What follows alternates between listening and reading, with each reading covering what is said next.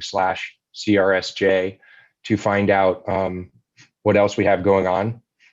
During today's program, we encourage you to ask questions via the Q&A rather than the chat. The chat gets really messy really quick, and the Q&A has more functionality, so please use that. If you don't see those controls, it's probably because the screen has gone idle. So just sort of refresh your screen. We'll address the questions at the end of the panel, but feel free to ask your questions while it's happening. And we'll sort of manage them in the background and then serve them up to our lovely panelists. We are sharing a recording of this program to everyone who's attended, and it's also free. So please do share it with your colleagues' network. And our impressive panelists today cover an incredible gamut of issues, which those of you familiar with environmental justice know is just par for the course with EJ. And the prominence of the interplay between race and environment is more now than we've ever seen, I think. And so it's a very powerful panel coming together to speak about the different environments and the different communities that are being affected by climate and various other environmental aspects. So for our incarcerated populations, people affected by extreme weather events or man-made disasters, like we've seen in Flint, or from the various leaking oil and gas pipelines across the country, especially on tribal lands, and how communities on the front lines have been working with attorneys and activists to bring about real change. And whether it's in stopping a pipeline, dangerous pipeline project, or holding a corporate polluter accountable in the courtroom or in the court of public opinion, or in developing things like educational programs for children who suffered from lead poisoning. So our incredible panel will explore these topics and the overlaps between race and the environment and climate. And I encourage everyone to check out the websites and the programs of everyone here, because there's so much more to go deeper on. And we're only going to touch on, sort of the surface of many various issues. So I really encourage everyone to follow up on everyone's various groups. So leading us off today is a good friend of mine and a colleague, Nadia Ahmad, Associate Professor of Law at Barry University's School of Law and a council member at the ABA's section of Civil Rights and Social Justice, and my illustrious co-chair at the Environmental Justice Committee. And so I welcome her to lead us off today. Thank you, Scott. What we wanted to do today here at the ABA is to start off Black History Month with the importance of the movement that started this moment that we are at right now, and that is the Black Lives Matter movement. And we are here as a part of the ABA to show commitment to this movement and to show that the rule of law, as well as the systems of law and how they have existed in the past, are no longer tolerable and acceptable. And that to see the change that we want and believe in, we really have to make the changes and create the systems in which we can have a world where Black Lives Matter. And so the presentation that I want to do today is part of a larger project that we had done at the ABA as a part of an environmental justice law school roadshow program. And so today I wanted to speak to you about migration, climate change, environmental justice, and mass incarceration, all of which are inextricably linked. We can no longer draw neat borders around the environmentalism of white spaces, of first world countries, and climate change adaptation. And more so, what we are seeing is that the environmentalism and climate change adaptation can no longer be the exclusive domain of protecting white spaces. We are also seeing that There is quite a bit of upheaval that is happening, especially in poor areas where there's conflict as well as political upheaval. We are also seeing internal displacement as well as international displacement. And this is really intensified during moments of natural disasters, including hurricanes, wildfires, tornadoes, earthquakes, as well as the horrors that we have seen from famine, disease such as COVID, religious violence, and people are constantly moving as a result of that. We are a planet of populations on the move. The arrest and detention of rapper 21 Savage a couple years ago really highlights the lens of the carceral state and the idea of environmentalism. And it also shows the constraints of environmental law and the pressures on environmental advocates. We are seeing that the United States and other nations have really disproportionately impacted carbon emissions and should really work to accept the climate change refugees as a form of compensation to them and as a form of justice. These were ideas that were put forward by Columbia Law professor Michael Gerard. And it's really important to really contextualize this because we need to see that the rash of immigration detentions, deportations, and self-deportations also highlights environmental struggles. And a lot of these struggles and how they have worked show that there's quite a bit of hegemonic unison in terms of how this has been happening. And so before we would look at immigration and see that it would be the domain of political asylum cases, as well as cases involving highly educated professionals. But climate change has really expanded those struggles in ways that we have not seen before. And the arrest of 21 Savage in Atlanta and a later blackout in a New York federal prison and the arrest of meatpacking workers in Mississippi are not isolated events, but taken together, they are part of the wider net of mass incarceration to silence environmental, labor, and human rights, as well as examples of denying access to protection from environmental impacts. Climate change is going to increase extreme weather conditions, as well as increase vulnerabilities for those at the margins, from prison populations to those who are attempting to cross the borders. And these incidences that we have seen are a way to preserve an economic system known as corporatism through racist immigration and incarceration policies, which later manifest in disparate responses to environmental pollution, from concerns from the Flint water crisis to the protest of the Dakota Access Pipeline.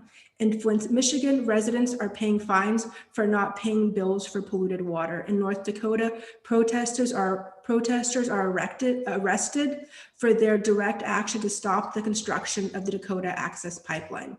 In other words, caging is a strategy, both legal, financial, and political, that is used against the critics of the corporatist system, which capitalizes upon and targets marginalized communities and vulnerable populations. And the impacts of corporatism are also environmental, and that these impacts work to silence environmental efforts and to demonstrate the adverse impacts of climate change on frontline communities.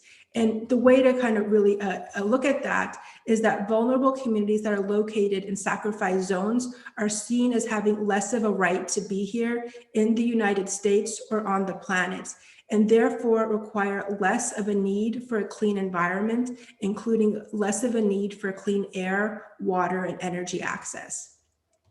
And when we look at this idea of the American logic of the carceral state, it really also mirrors other countries that have also implemented punitive and lengthy prison sentences, which adversely impact marginalized communities.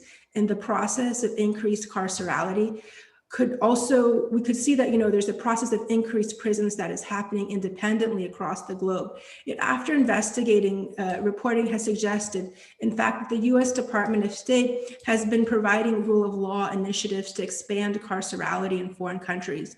So not only has America expanded its own systems, the American idea of the carceral state has also been expanding through the rule of law programs for prison systems.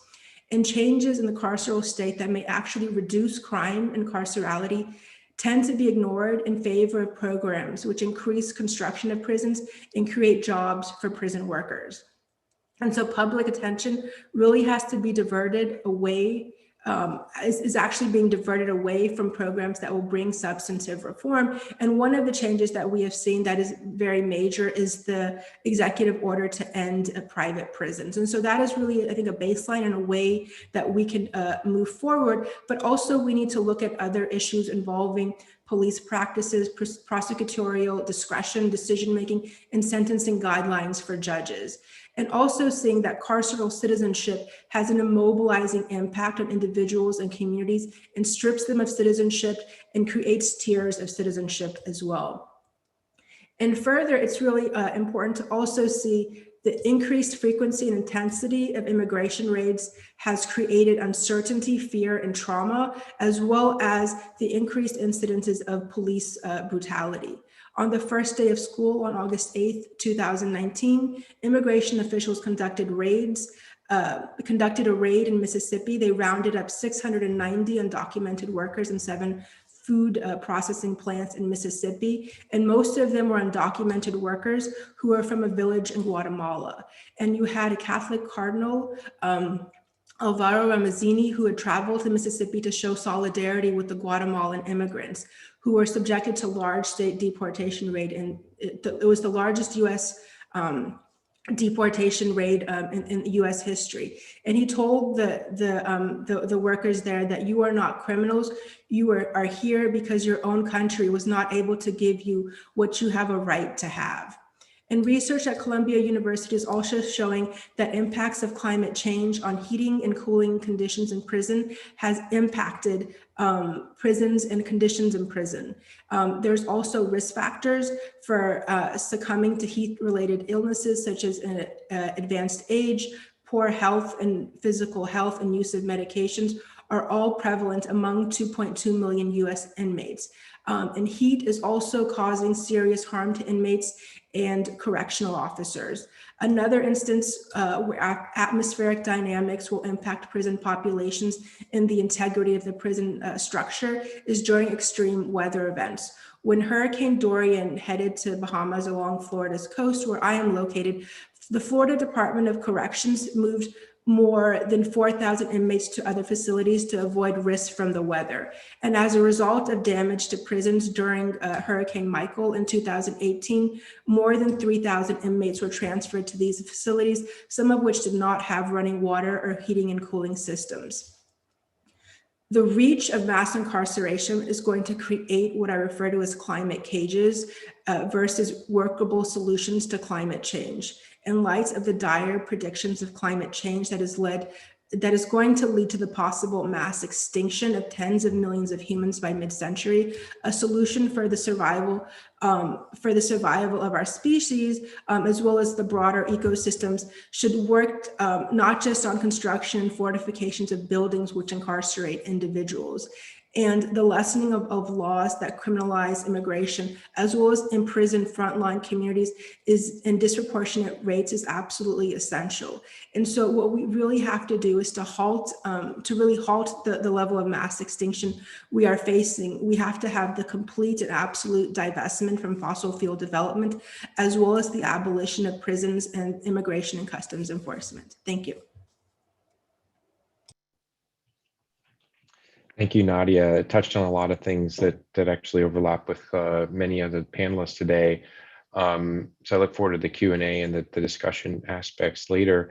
I want to go to Lindsay Heck, an associate at White & Case, the excellent firm with a phenomenal and famed pro bono practice. And she comes with her own extensive pro bono practice, having worked on matters of lead poisoning in Flint, and working with victims of sex trafficking to achieve money damages from the criminals involved. And she's appeared on MSNBC and on the front page of NYT. So I'll leave it to that. Thank you, Lindsay. Please take it from there. Thank you so much. And thank you for having me here today. This is such an important and timely topic and lecture series because, you know, of course, the nation in this moment is really confronting the collision of 4 crises: a public health crisis, an economic downturn, and what we're focusing on today, systemic racism and a burgeoning environmental crisis. And Flint really stands at the epicenter. It's the one place in the nation where all of these forces coalesced, not over the course of just the past year, but over the course of the last 7 years. In Flint, the lead crisis was entirely preventable. It was not merely fueled by government policy, it was really created by it. In April 2014, an unelected emergency manager changed Flint's water source to the Flint River in an ill-conceived attempt to save money. Previously, Flint's water supply was derived from Detroit's water system, which came from Lake Huron. Now, Flint, of course, is not in the middle of a water desert. It's in the middle of the Great Lakes region in this country. It's in the middle of a supply of clean water, and yet its water source was changed to the Flint River, which was essentially a sewage dump. Immediately after the switch, the highly acidic water started corroding the pipes, which were predominantly lead-based, and then lead from the city's aging pipes began leaching into its water supply. Now, lead poisoning is often referred to and known as a silent epidemic, but the people in Flint were not silent. They raised their voices. After the water switch, there was public outcry about the brown, smelly water. 6 months after the switch, while the citizens of Flint were reassured that their water was safe to drink, General Motors took its plant off of the Flint water supply because the water was corroding engine parts. And yet, it was more than a year before anything was done for the 100,000 people living in the city, approximately 30,000 of whom were children. In October 2015, 18 months after the water switch, the government finally acknowledged that there was lead in the water after repeated denials. At this point, it was necessary to design an unprecedented response to an unprecedented crisis in Flint. And one of the first things that needed to be done was to ensure that the people of Flint would have a safe water supply on a going forward basis. And that's what Jeremy will be discussing. However, another important aspect of the response was figuring out what to do for those who had already been exposed to lead in the water for a period of at least 18 months. They had been poisoned. Lead is a potent neurotoxin that, when ingested, affects every organ system in the body, but most importantly, most significantly, the brain. It leads to irreversible brain damage. Lead, unfortunately, strikes at the very foundations of cognition. It has profound effects on learning, memory, and behavior. And so I'm going to try to share with you a slide that helps to illustrate this. This slide shows the impact of lead poisoning, and this is on a child. I'm sorry. Oh, here we go. This is the effect of poisoning on a child who was tested, and this picture was shown to the child and then was withdrawn from them. And children who have not been exposed to lead, this is what they can redraw from memory a few minutes later. Almost everything. This is what a lead poisoned child can draw. By contrast, it's hardly even got the outline. And this is after only a few minutes. So that really, I wanted to show that just because it illustrates how insidious lead is. If children can't remember, even after a few minutes, what they've just learned, how do you educate them? It just shows that really significantly, exposure to lead, especially during early childhood, can change the entire trajectory of a child's life.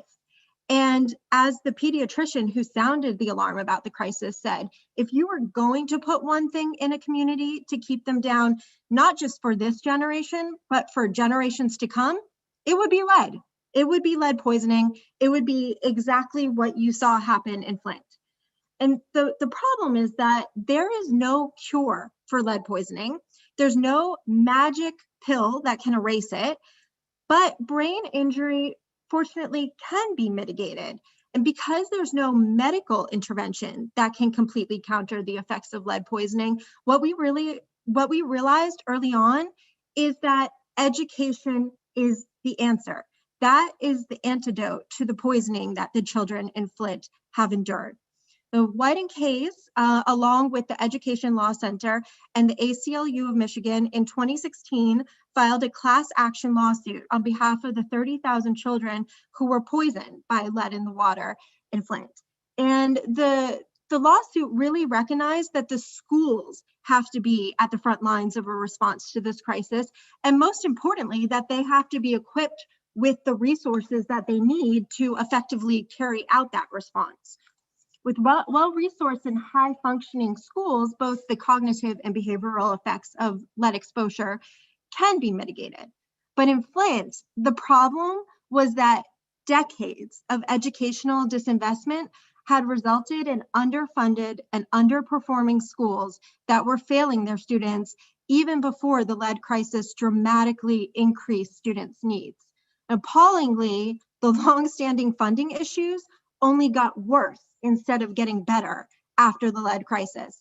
In October 2015, when the government finally acknowledged that there was lead in the water, Flint School District was facing a crippling deficit of $10 million. That was the inflection point.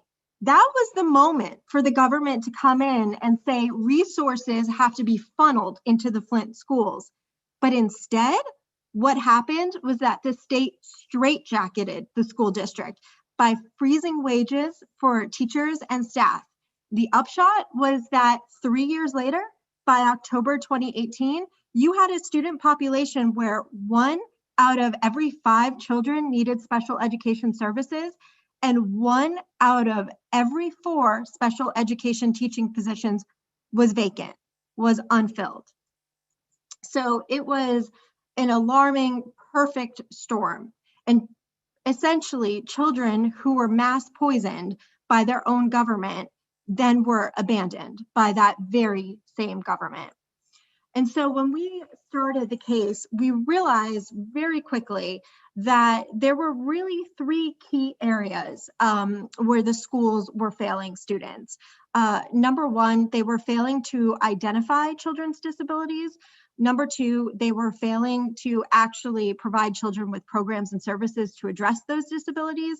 And number 3, and outrageously, they were then blaming children for behavioral manifestations of those very same disabilities. So this had become a perpetuating cycle, which we were seeking to break through the case. And one of our representative plaintiffs really puts this cycle into sharp relief. As a 6-year-old, he was suspended from school over 30 times and charged with over 50 infractions.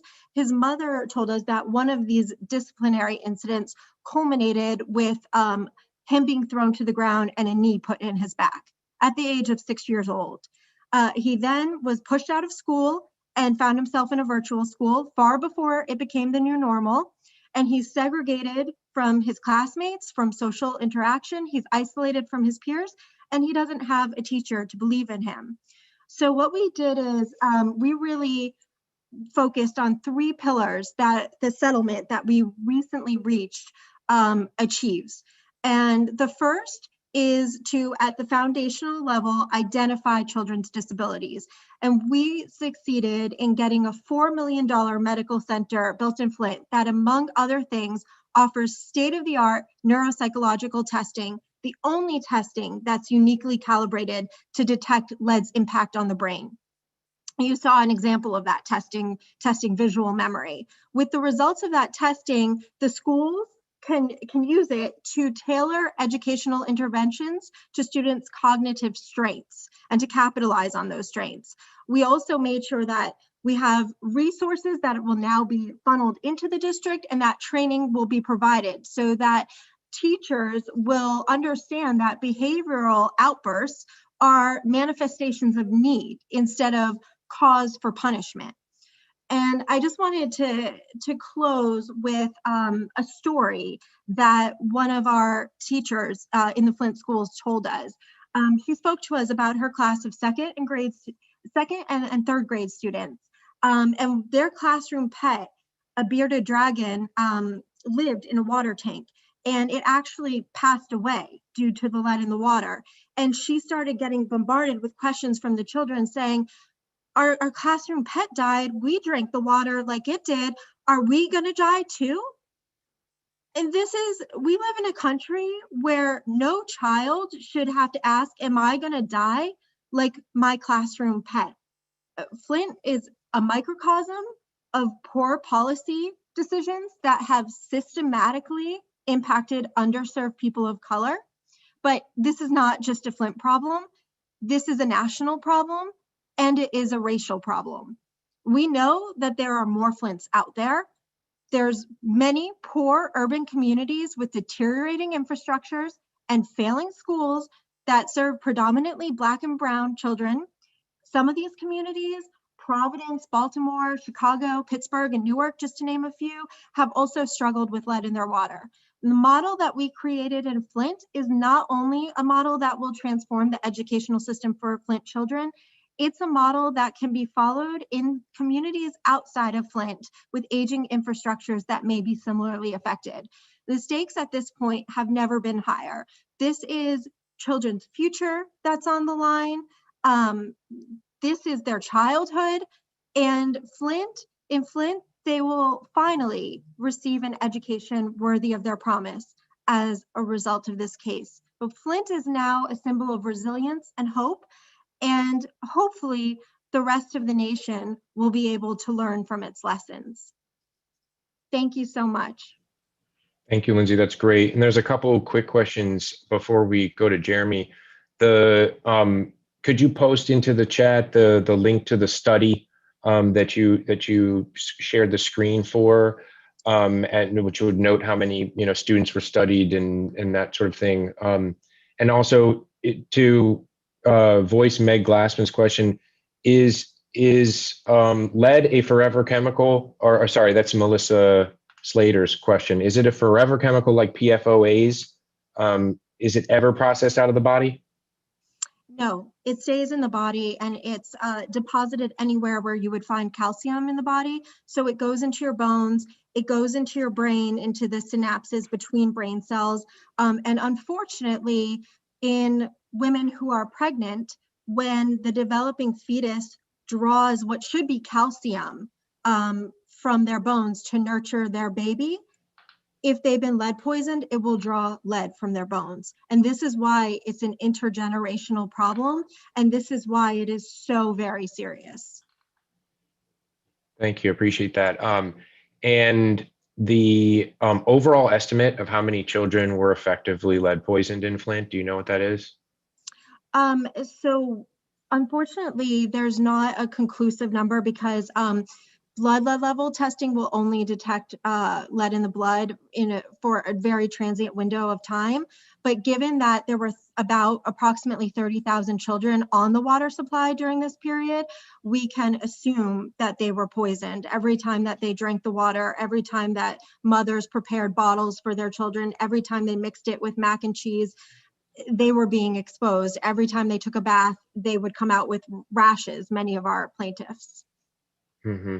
So the funding gap persists, and the funding gap that existed in education was mirrored exactly with the funding gap in infrastructure, which also let them down, right? And so those two have come together. But of course, we've also extended into a funding gap in dealing with it properly, right? Because the systems have been set up to do exactly that. So I really appreciate your work on that, Lindsay. And I wanted to hand it off to Jeremy for now, staff attorney with the Safe Water Initiative at the NRDC, dear friend of mine, an EJ committee member, and an EJ attorney doing it all, but we'll especially focus on Safe Drinking Water Act issues for communities of color, starting with Flint.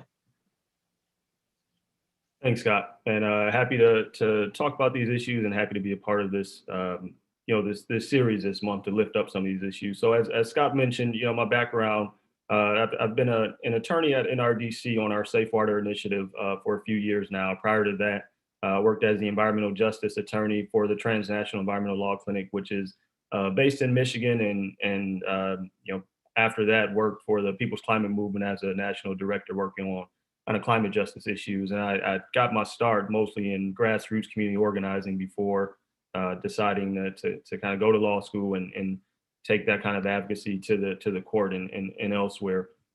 So my role at NRDC, I work on what's called our Safe Water Initiative, which is essentially our drinking water program where we deal with water issues from source to tap. And our goal on a daily basis is to secure safe, affordable drinking water as a human right. So in that, I work on Safe Drinking Water Act enforcement, as well as some Clean Water Act issues, predominantly around contamination.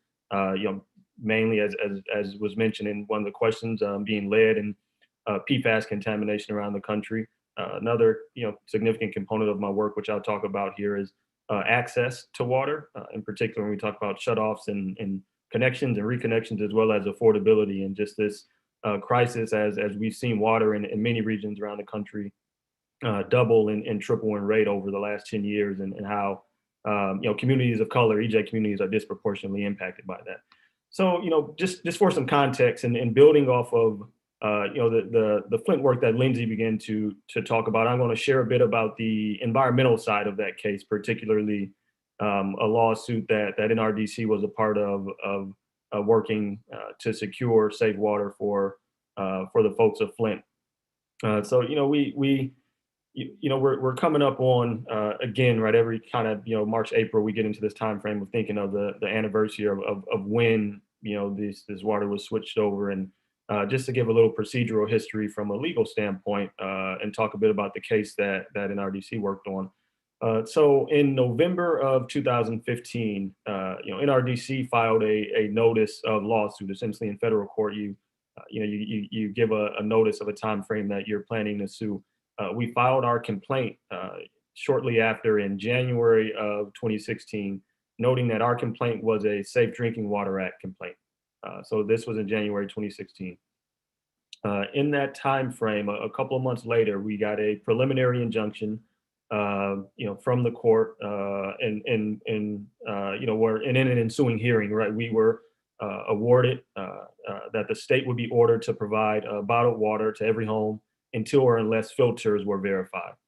I'd say, shortly, after that, the governor at the time, Governor Rick Snyder, who we've seen, in recent weeks come under now criminal indictment for these actions. He wrote a letter to the court saying, he was interested in mediation. He wanted to prompt the judge to begin a mediation process. Mediation took place, over the course of from January to March of 2017. And after months of that, we reached a settlement through negotiations in March of 2017. The significant terms of that settlement were that it was done through a consent decree, which is enforceable in court, legally enforceable. So whenever issues come back up with this settlement, we could take it back to the federal court, and that'll be, that ended up being significant in our pursuit of justice here. So it was through a consent decree. We secured $97 million to go towards securing safe drinking water in the city of Flint. 87 million of that, I believe, came from the state, with 57 million of that came from the state, 40 million from the federal government.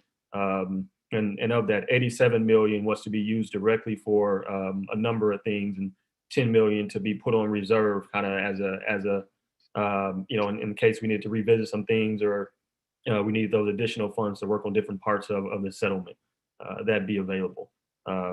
Most notably, what was secured in this settlement was lead service line replacement, full lead service line replacement at no cost to the residents of Flint within a 3-year window. And that included the excavation of close to, I think, 18,000 lines. We've exceeded that number since then. The other piece of this, which was critical, was the implementation of a filter program in which the city was required to provide filters to everybody who had wanted them, and provide filter replacements for that as well. Required independent tap monitoring for an extended period of time, which is significant because as we talked about, right, this was a democracy issue in which residents were lied to by their state and federal government, right, about the monitoring and the sampling and what was going on. So we ensure for some extended period of time that tap monitoring would be done by an independent party to ensure that the water was safe as it began to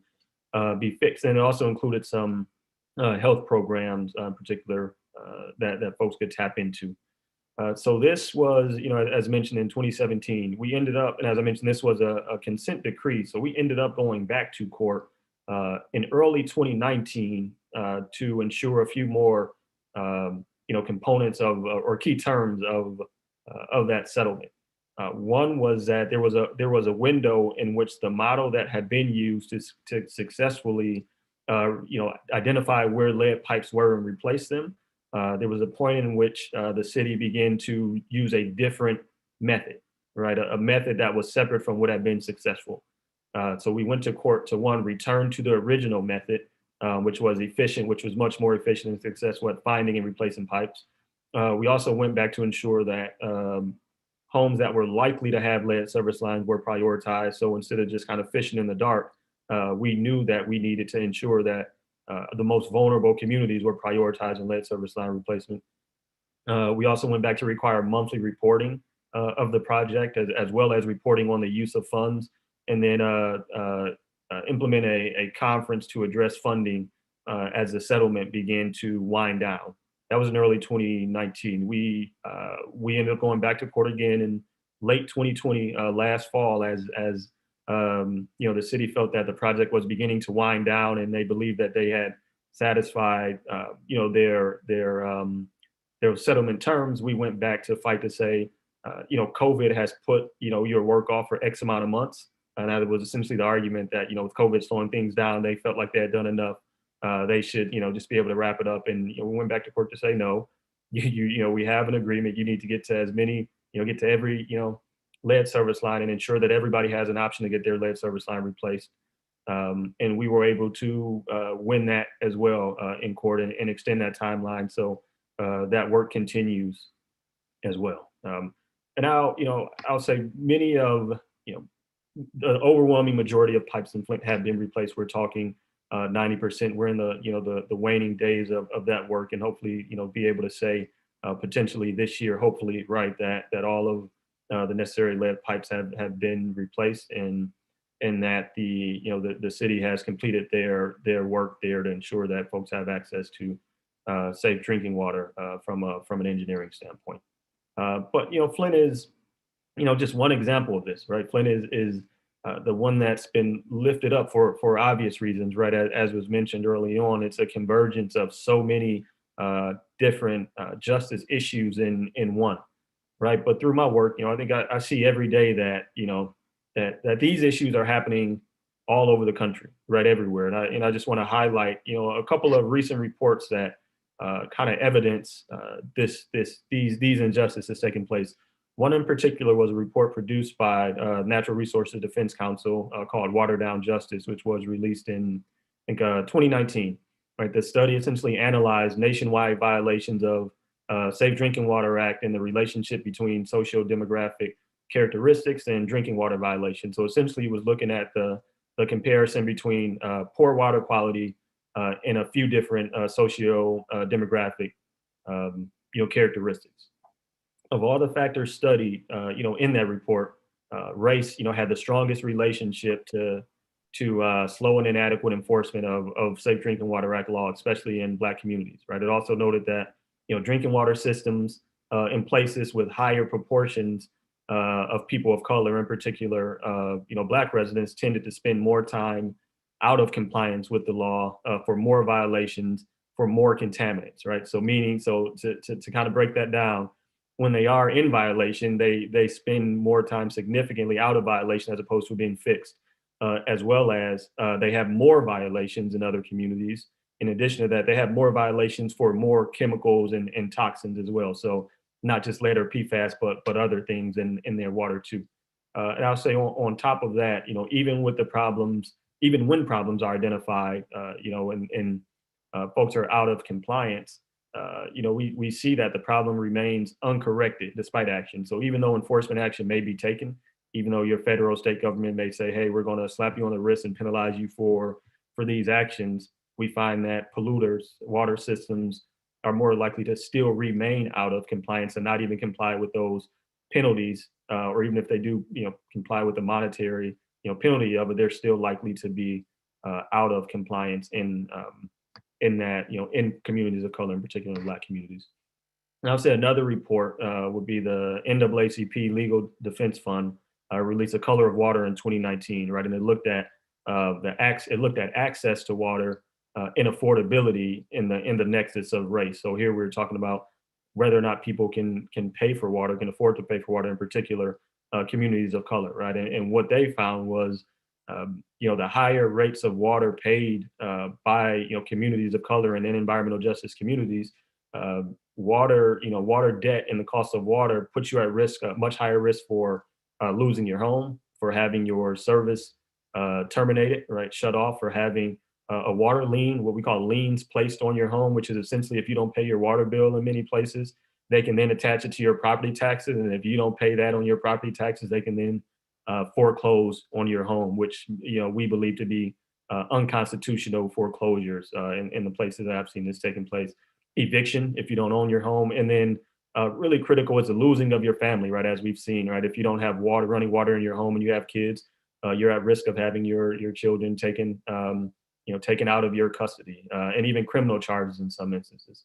And as I wrap up, I'll say that the way I've seen environmental law and environmental enforcement in my career has been very similar to criminal law and enforcement, right? If you're if you're white, if you're wealthy, you're affluent, you'll at least get your day in court, right? If you're coming in contact with the criminal justice system. If you're a person of color, Black, brown, poor, you're much less likely to get justice, right? You're arrested at higher rates, you're over prosecuted, you're overcharged. You're subject to mass incarceration.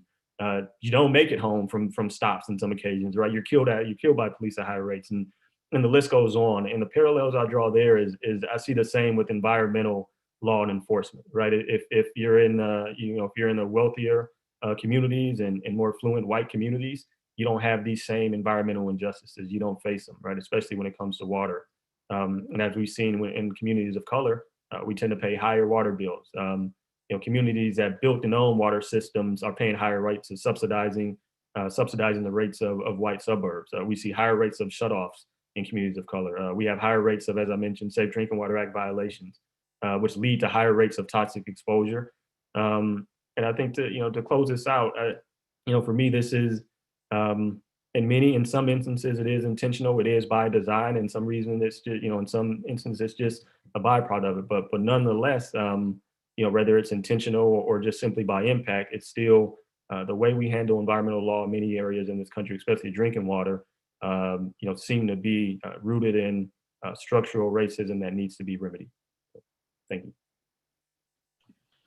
That's beautiful, Jeremy. And I appreciate that you also pointed out just how ubiquitous these conditions are in the country, that Flint is not an outlier. Flint just happened to be that convergence of factors that allowed it to come to the sort of social level that people knew what was going on there, but that Flints are happening all over the country in Black and Brown and Indigenous communities, and not just from water issues. And so I really appreciate that, Jeremy. Well, I want to go to Tara Hauska, founder, GNU Collective, an attorney specializing in Native American EJ issues and really at the forefront of the combination of activism and advocacy to yield results for these types of communities. So Tara, tell us a little bit about your work and these matters, please.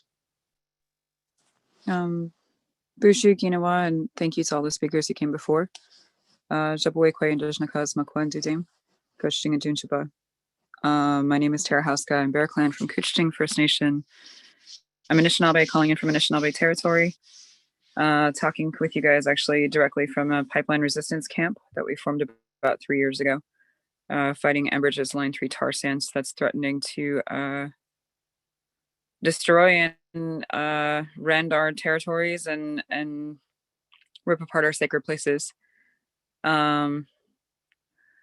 Calling you knowing that right down the road we're about 200 yards off the proposed Line 3 route, and right down the road from us there's a bunch of loggers and fellow bunchers and security, private security, and past that, there is a mobile command center with a bunch of sheriffs and police officers and private security and law enforcement that's all waiting and watching and surveilling,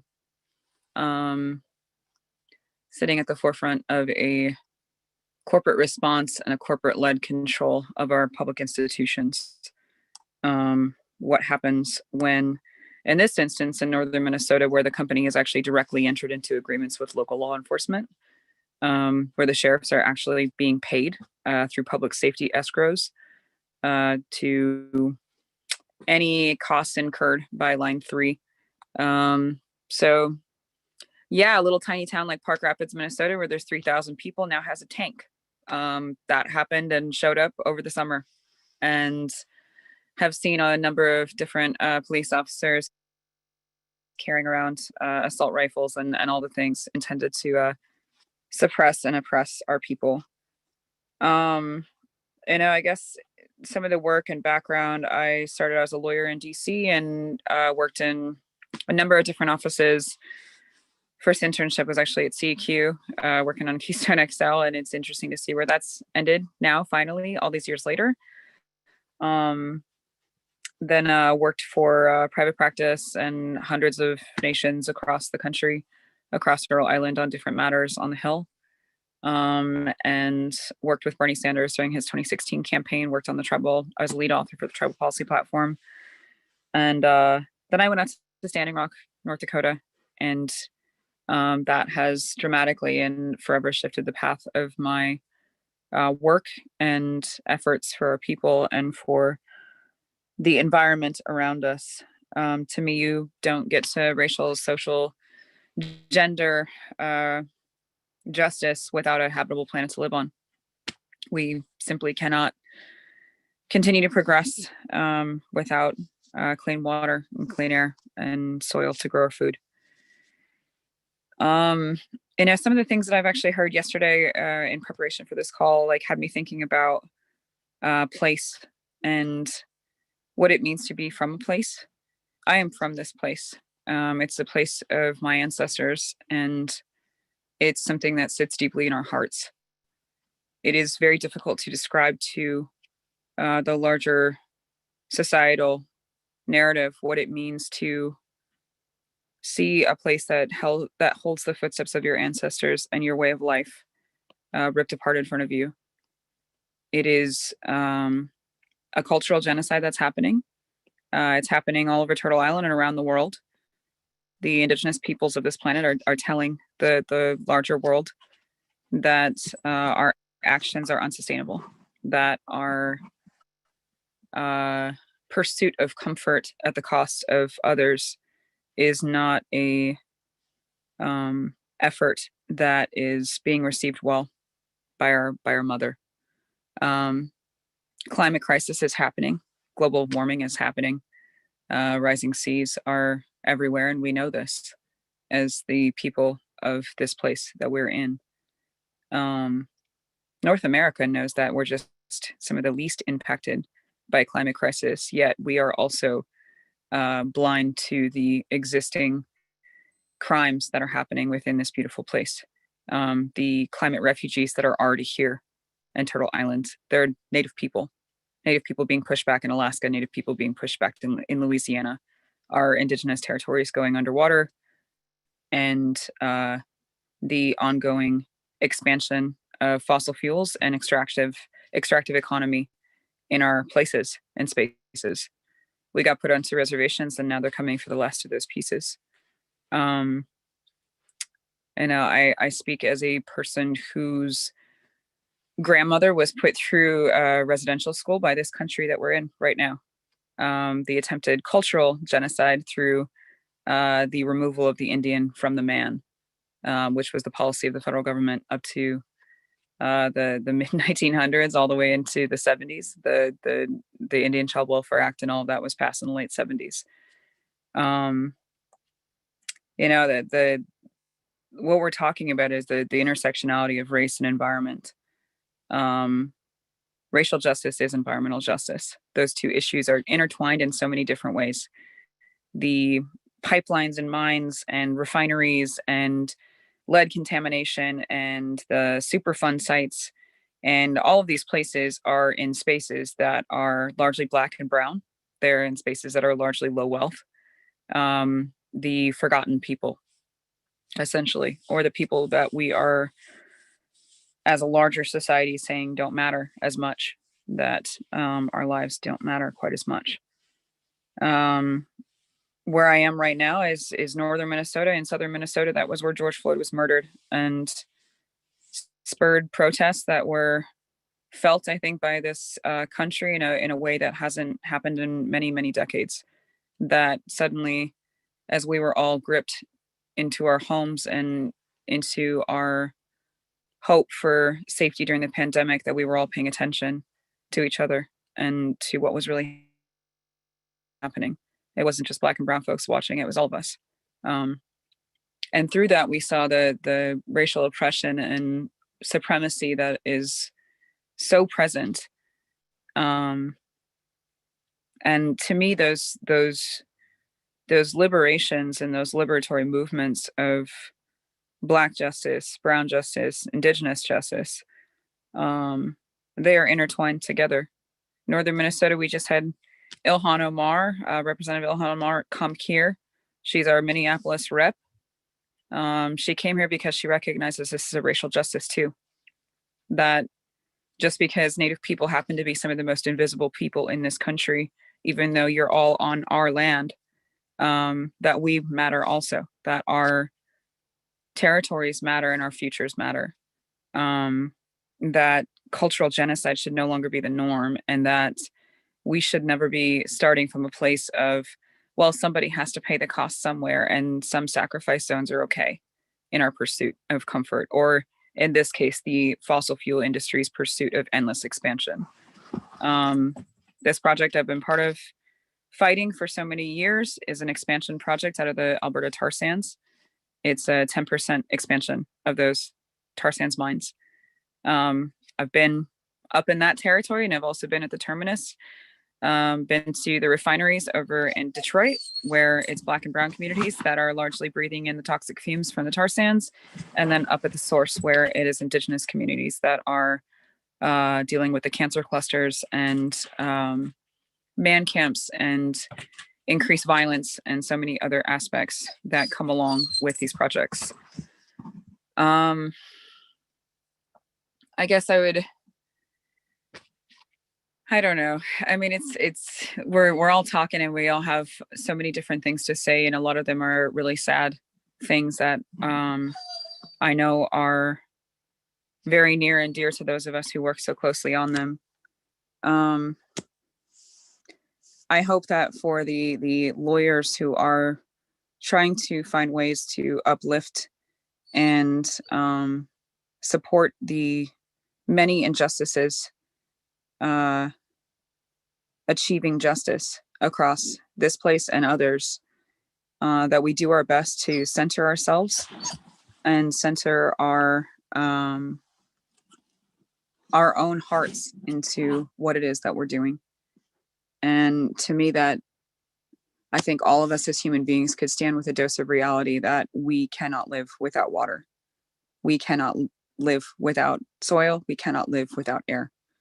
I spend so much of my adult life trying to remind fossil fuel executives and corporate financiers and every imaginable layer of society those simple truths, that we can do a lot more to hold on to this lesson that Mother Nature is teaching us in the pandemic, which is that we care about each other first and foremost.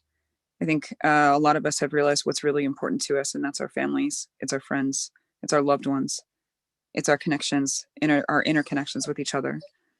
To remember that in everything that we do and all the actions that we take, and to not get too caught up in our own humanness, but to remember those basic truths and that basic love for each other. I think that's all I'm going to share today. So miigwech for the time and for the space. Please learn about tribal sovereignty if you don't already know. Please reach out to the Biden administration if you want to support our fight to stop Line 3. Visit stopline3.org. And Yeah, if you don't know who the local tribal nations are in your area, please find out. There are maps to do it. You can certainly find out and talk to the folks that are around. There is no, I think that as a society, we should be looking at the canary in the mine, and indigenous peoples are the canary in the mine of the world. We're 5% of the population, holding 80% of its biodiversity, just 5%. So, And that we have, reminds me of the school pet that was the canary in the coal mine in Flint, that water killed, and reiterate this concept of disposable places and disposable people. That like you said, Tara, that there's this hierarchy that's been built, that the system decides that some people are worth more than others, and some animals are worth more than others, and some areas are worth more than others, and that is a cultural system. And it tees up so well, Tara, our next speaker, my dear friend, Barrett Holmes Pittner, who is the world's expert on the concept of ethnocide. And he laughs, but he is literally the world's expert on ethnocide.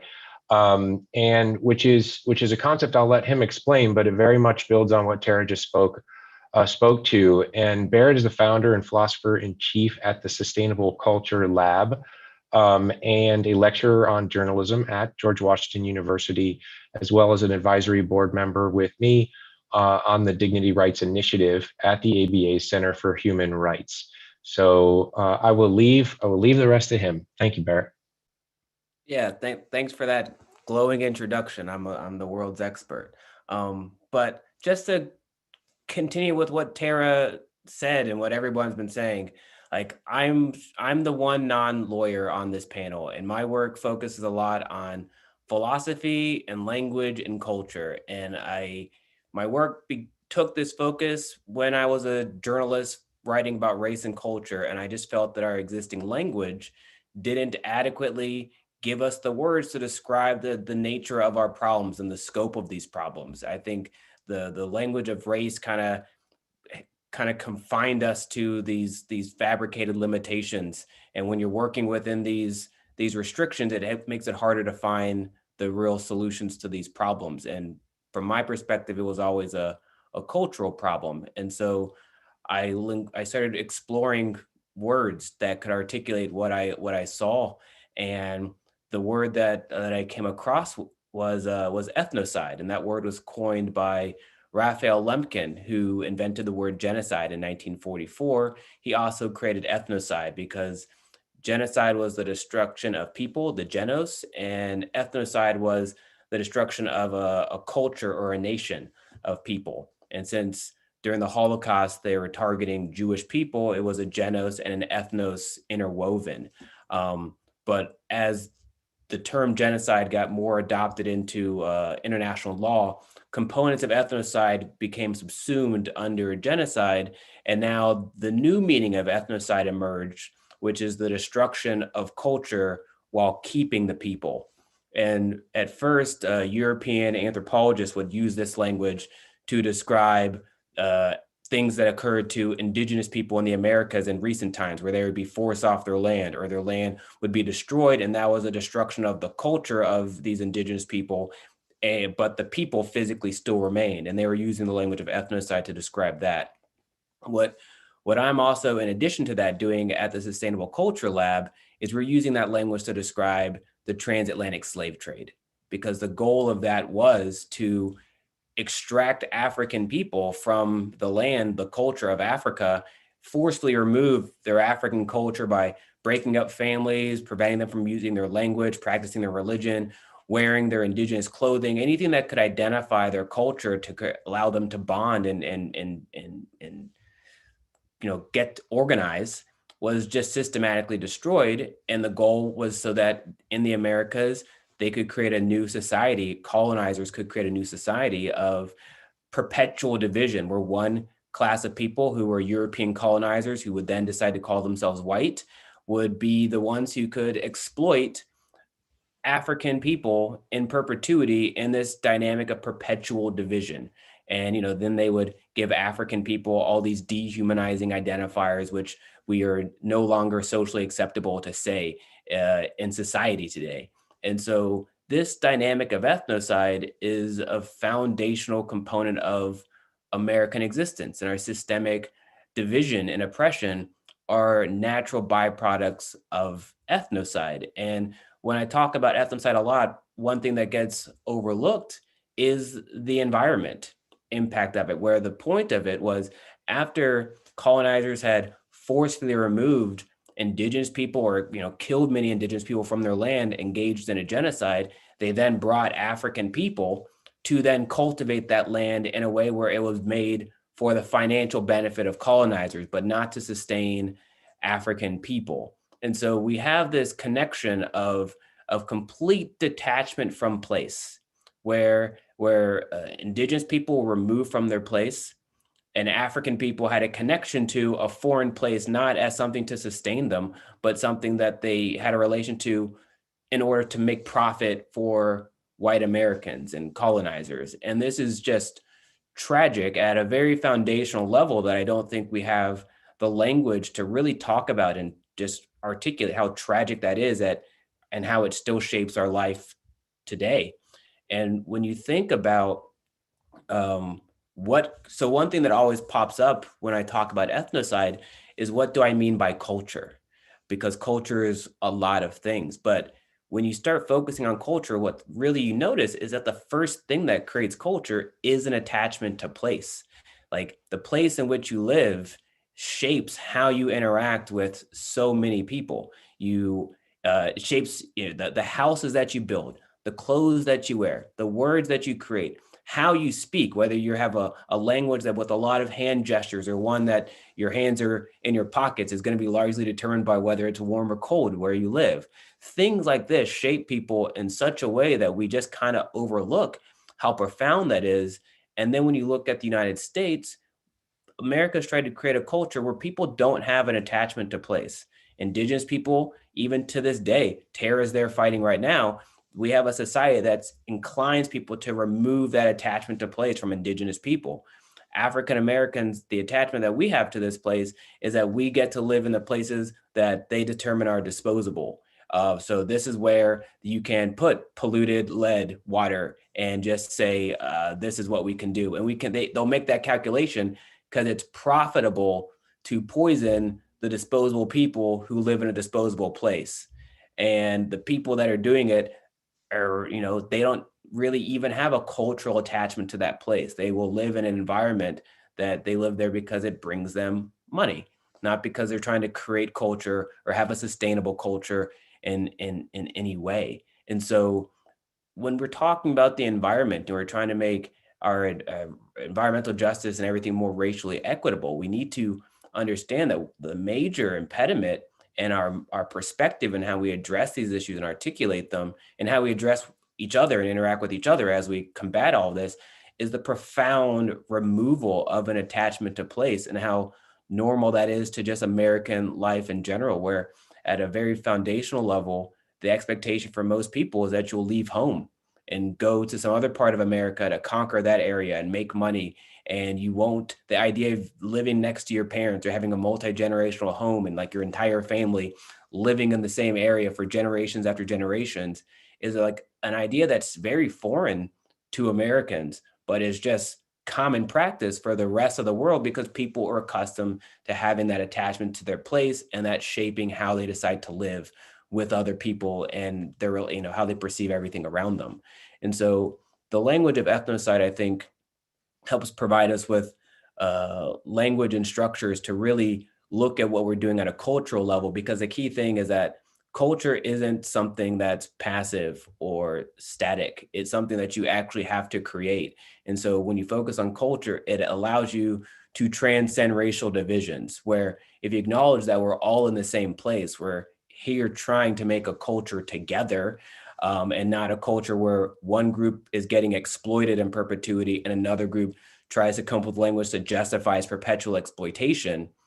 Now we're at a new place, and it can make it easier for people across a racial divide to collaborate and work together. And so like, I feel the language of ethnocide helps cultivate that. And I think this panel shows how across a racial division, we are all focusing on how these issues impact Americans of all walks of life and how we need to focus it collectively to improve the lives of everybody else. And one thing I want to add is just like two like really quick stories and why I'm just happy to talk about ethnocide in relation to the environment is that one of my first conversations is about ethnocide early on was with a friend of mine who's a professor of environmental studies at in New York, and we were talking about food deserts, and we had a conversation over what he meant by environment. And we realized that when he would say environment, he was talking about like parks and the outdoors. And when I was saying environment, I was talking about like concrete jungles that they created for African Americans that don't have grocery stores, and they get all their produce at like at supermarket, at gas stations and 7-Elevens. Like that's the environment that a lot of people in America live in, and they don't get to go to a park. They don't have, the amount of people that live in DC that never have been to the mall, and they live in another part of DC that doesn't get government funding because it's predominantly Black. When we have the language of environment, we need to make sure that that environment is not just the trees that people of privilege that might not recognize the privilege they have call the environment, that word environment actually incorporates these concrete, prisons essentially that people are living in without the resources to adequately live or grow their own food or any of that kind of stuff. And so I think that's really, really significant, how language plays a big role in our capacity to communicate with each other and find that common ground to make the change we need. And then the last thing, I grew up in the suburbs of Atlanta, Georgia, in Marietta. And as an African-American in a very predominantly white conservative area, I didn't really have an attachment to place. And I still don't have an attachment to place for Marietta. But one thing I noticed that was always troubling for me is I lived in Cobb County, and the county right above us, which was known as like a very conservative white county, was called Cherokee County. And there weren't Cherokee people there. And we lived in an environment where we just acted as if it made sense for a bunch of people to live in an area that was named after the people who used to live there, and they don't live there anymore. And we don't seem to see that that's problematic. School time would happen, we would get educated about like the Trail of Tears, and that would take maybe one day. And we literally lived adjacent to Cherokee County.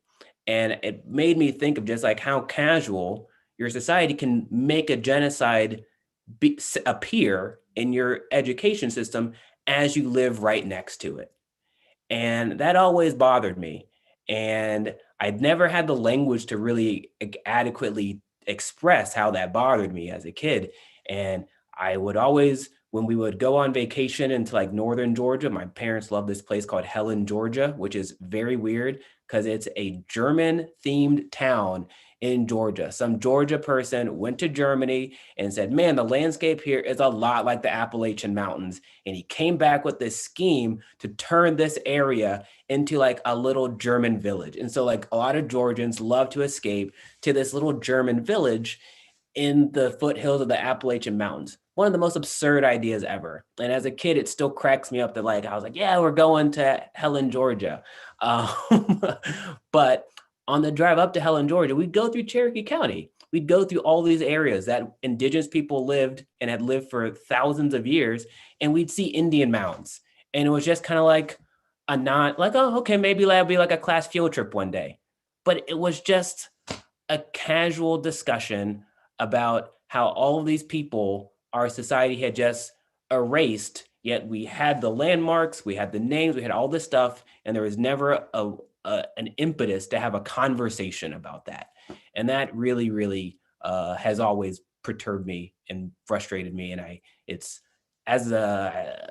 just important that when we talk about these discussions now with an attachment to place, we make sure that indigenous people have a place in all these conversations, because like we're learning this place largely, secondhand. No, not largely, like entirely secondhand, and we can't be good at it unless we let the people who have been here for thousands of years share their wisdom and respect their knowledge.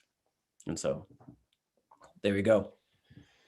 Thank you, Barrett. That's beautiful. And we've got a lot of questions. And I just want to say one thing to reiterate. Everyone up here has ways to get involved with them and their pursuits. So please, your questions are how you can get involved. A number of people are asking that. Go to Tara's website, go to Barrett's website, go to NRDC, check out what Lindsay's doing at White and Case, read the New York Times article, post it up, Lindsay. Read Nadia's EJ work, right? Get involved. ELI always has pro bono opportunities. They're always out there, and these communities need your support, and they need pro bono attorneys and non-attorneys to step in and facilitate in many ways. So please do that. Now, I have a question for Tara and Nadia, because there was a lot of overlap in what you were speaking to, and how quickly and thoroughly the militarization response when environmental activism starts taking place, and how similar it is to how quickly the system is willing to incarcerate certain communities. Whereas on January 6th, we saw a certain group of white folks march right into the Capitol without any police response whatsoever. I've personally been to a number of environmental protests through the years, Keystone XL pipeline, et cetera, and we've always been faced with very militarized police, regardless of how peaceful we were. So I find that very interesting in the threads from both Nadia and Tara. Tara, you want to start us off and sort of speak to that a little bit? You mean how it's no big deal if white supremacists overthrow the Capitol, but if we try to protect our own land, that we get thrown in jail and brutalized and maced and tear gassed and all the things? Pretty much. Yeah, sure. I would just say that it's a reality that I think most folks don't really know about unless they are paying attention to Ferguson, unless they're paying attention to Standing Rock, unless they're paying attention to Baltimore. The disparate responses to these types of behaviors, which are literally people standing up for their lives, is a completely different response than white supremacists overthrowing the Capitol because Donald Trump's about to lose his job. You know what I mean? There's just they're not even in the same world. Those don't exist in the same world.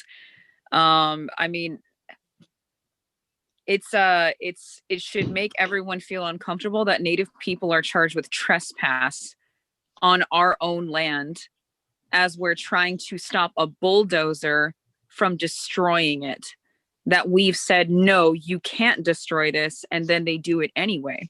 That's if we're all gonna play the go down the lawyer path of things, the Constitution is the supreme law of the land.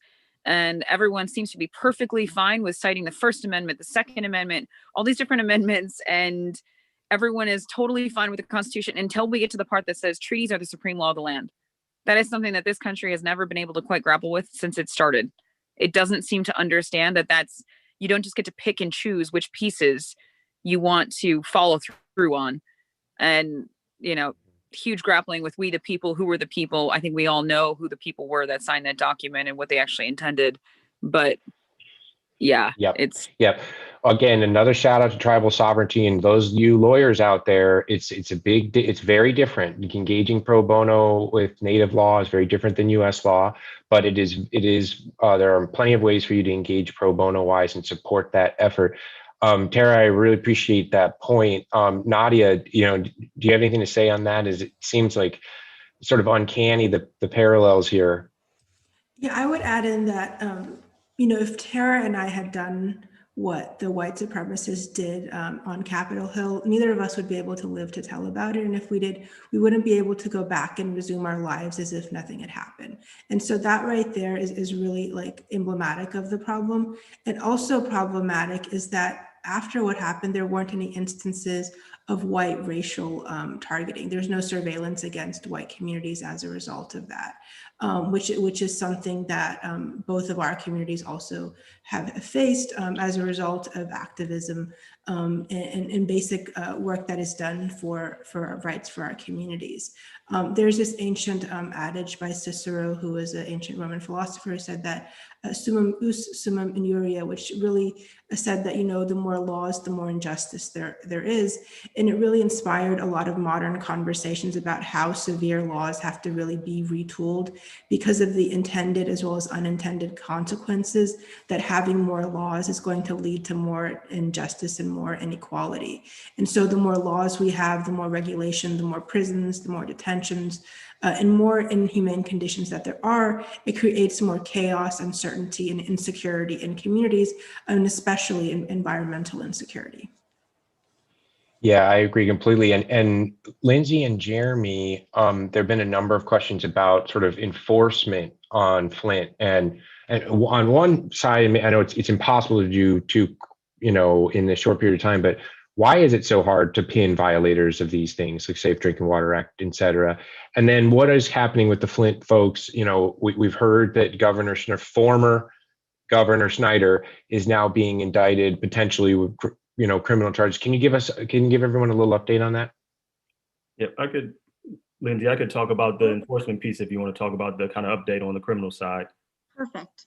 So on the enforcement side, which I think I'd mentioned to somebody in one of the comments was, the issue is, people are allowed to pollute, right? Like that's the problem, right? From the very beginning, we give polluters a permit to pollute to begin with, right? And then the issue with enforcement is a tangle over, did they pollute? How much did they pollute? Did they pollute enough, to get penalized? And when we do penalize them, it's usually negligent, right? It's usually some small amount that becomes a line item in their budget to just write off as opposed to correcting enforcement. And you just follow a cycle of not taking account for your violations. But yeah, I mean, that's what makes it hard, right? Kind of as I mentioned, the rules and the laws aren't fashioned in a way that allow us to hold polluters accountable in a meaningful way. And that absolutely needs to change.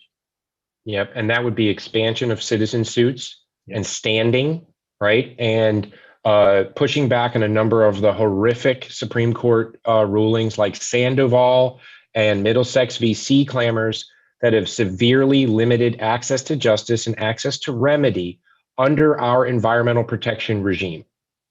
Yeah. And I think that's that's something that you worked on with Senator Cory Booker a couple years ago on the EJ Act, Scott, right? Like giving those protections to communities and giving that tool to sue back to communities. That's right. Lindsay? Sure. So recently, charges have finally been brought against former Governor Snyder, as well as the former emergency manager in Flint who made the decision to switch the water source, and other top officials in the government. And of course, this is a welcome development. Finally, people in Flint who have completely and understandably lost trust in their government and in their officials, they can finally get a measure of solace from the fact that there will be accountability and that there has to be accountability here. One of the most striking moments for me when we were in the middle of our lawsuit, I was taking a deposition of the highest person at the Michigan Department of Education. She's in charge of special education for the entire state. And I asked her a very simple question, which is, how has life changed for the children of Flint? And her answer was, well, of course it's inconvenient. It's inconvenient to have to drink bottled water. And it affects, I asked, anything else that would have changed for them? And she said, showering, baking, cooking, laundry, those needs.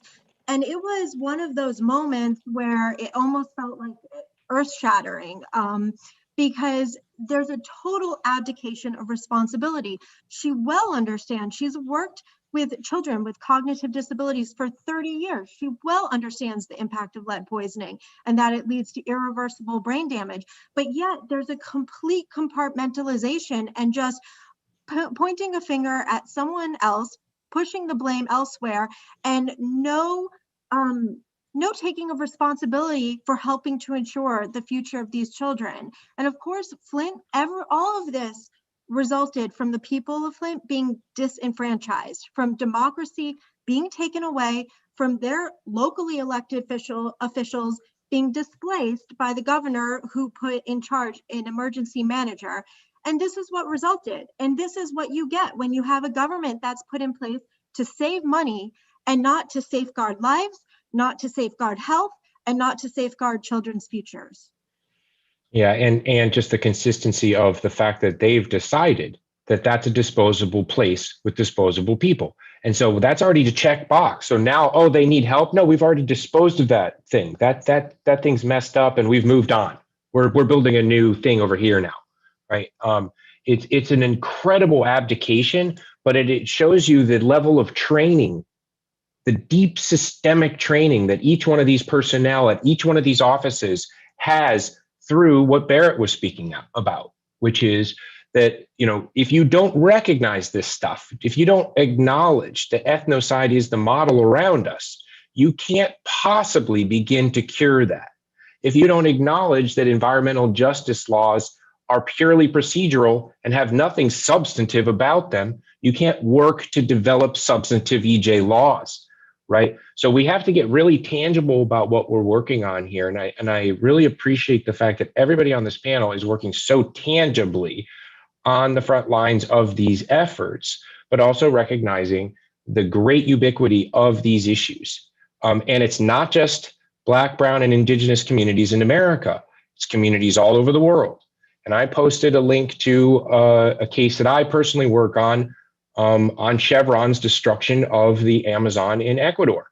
And for 45 years later, Chevron has not paid a single dollar to these communities that have suffered 77 times worth the pollution that happened in the Deepwater Horizon spill. 77 times worse, and they've gotten $0. Right. So the extension, we have to extend our thinking. There's this system, the capitalist system, that drives this concept of disposable places and disposable people to extract profit. That system is what needs to be exposed and changed so that we can create a model where equitability is the default rather than profit. So I would also pose to Barrett, what are your thoughts about how we can all begin in our own lives to sort of start moving towards action in this regard? Yeah, no, that's a great question, and you know this answer, I think. But the thing is, I think America encourages us to focus on action prior to focusing on the philosophy and the language that creates the clarity for like consistently good action. And so with my work, I focus on the language and the philosophy first. I think if you have the language of ethnocide, next thing you know, your actions that you organically have are going to start asking new questions and bringing up new things and seeing new problems. And I think so the thoughts and the language, because also if you can't speak, if you feel like you're being silenced, whether that's like a group of people, like an entity silencing you, or you just literally don't have the words to say what you see, that's going to impede your actions. And I think a lot of Americans actually have that sentiment. We just don't really acknowledge that we're constantly looking for words to describe stuff that's right in front of our face. And so like my hope, my belief is that the language of ethnocide and the ensuing other words that we can say, like, shameless plug, I have a newsletter called The Word that I give people a new word every week that I think helps give people clarity and language to see and say what is before them. But that's the action. So, I'm not going to give a specific action that you have to do, but if, people are texting me right now, but like my experience as a Black man growing up in a densely conservative area in the South, I lived on indigenous land, and there was a area right next to it that still had the name of the indigenous land. And there wasn't a language for me as a kid to articulate to the people around me how problematic this was. But I think the language of ethnocide makes it easier for me to articulate this problem, which would then make it easier for me to like collaborate with indigenous people and talk to my friends of many different races who I think mean well, but just don't know how to do things well. And it makes it really easy for me to like concisely articulate what's problematic about stuff that people are doing that they've been told are good, that and tragically just aren't good in any way. And so I think that language and philosophy precedes actions. And once those are sorted, it's a high likelihood that you're going to just do better actions more often than not. I agree. Beautifully said. And I would reiterate the concept of Ubuntu, which you shared with me as well, and which is the idea that if you exist because I exist, and I exist because you exist, and if we don't get that, then the whole thing is going to fall apart, and spaceship Earth is going to crash and burn. So let's figure it out. Go ahead, Barry. I gotta do the Ubuntu one real quick then. So it's a Bantu, like Southern African word, and it actually derives from Bantu, and Bantu means people. And so Ubuntu, the 5-word condensed of this philosophy is I am because we are. And you can see how it's a complete inversion of the European Cartesian way of seeing things, which is I think, therefore I am. And so like, if you think, therefore you are, the thing that determines whether you are or are a person are the random thoughts in your brain. That just doesn't make sense. But with Ubuntu, you are a person because there are other people. So you have to see them as other people, and they have to see you as other people for you to be a person. And this is this philosophy of Ubuntu. Nelson Mandela used it to topple apartheid. Desmond Tutu used it to do the Truth and Reconciliation Commission that was after apartheid. And so, you know, there's a need for this type of language, and you know, Ubuntu is really good. It's a pretty short word, and the whole philosophy can be condensed in 5 words. You don't need like 800 pages to understand it, which is really helpful. So yeah. Oh, and also the we with Ubuntu, it like actually can expand beyond people. Like the we is more expansive than like the limited we that the US proposes. So like we can be the trees, we can be the land, because like you get your food from that, you eat it. If it goes in you, it becomes you. Now that's that. And so it's really a really helpful philosophy that has a clear environmental connection, but also a racial justice connection too. Perfect. That's beautiful. Well, let's wrap with that. I want to thank everyone for joining us today for this free webinar, which I will note is only free because of our excellent members and our partners. So please join us at the ABA and CRSJ, and please join the efforts at everyone's various groups. They are truly at the front line, incredible folks. And please check back on the webpage. We will have the video of this so you can share it and review it if you missed at the beginning or whatever. And best of luck with everything you do. We look forward to hearing from you. And please watch the rest of our series this month, celebrating Black History Month.